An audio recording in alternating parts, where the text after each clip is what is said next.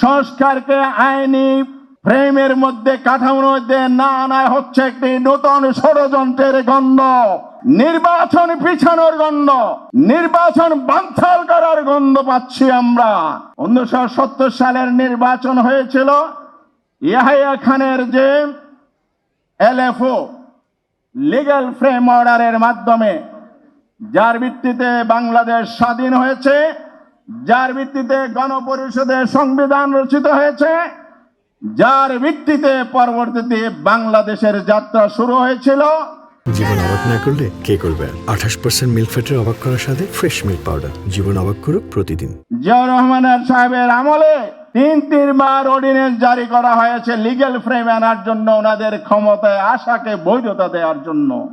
এরশাদ সাহেবের আমলে গণ অভ্যুত্থানের পর শাহাবুদ্দিনের সাহেবের যে দেশের দায়িত্ব নেয়া নির্বাচন করা, এই যে লিগ্যাল একটা ফ্রেম তৈরি করা হয়েছে, ফরম্যাট তৈরি করে আইনি ভিত্তি দেওয়া হয়েছিল, এই সংস্কারকে যদি ভিত্তি দেওয়া না হয় তাহলে সকল সংস্কার এবং বিপ্লব বিফলে যাবে।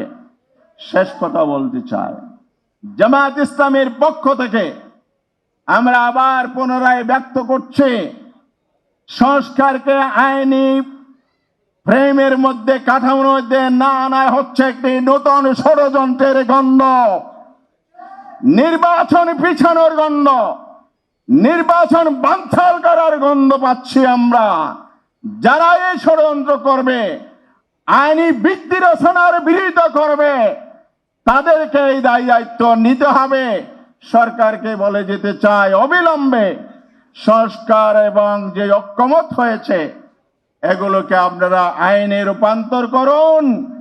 অতীতের ইতিহাস অনুসরণ করে যদি আইনে রূপান্তর করেন, তাইলে বাংলাদেশ আগামী দিনে যে একটি সংকটের দিকে ফেলার যারা ষড়যন্ত্র করছে, দেশকে সেই ষড়যন্ত্রকে রক্ষা করা যাবে।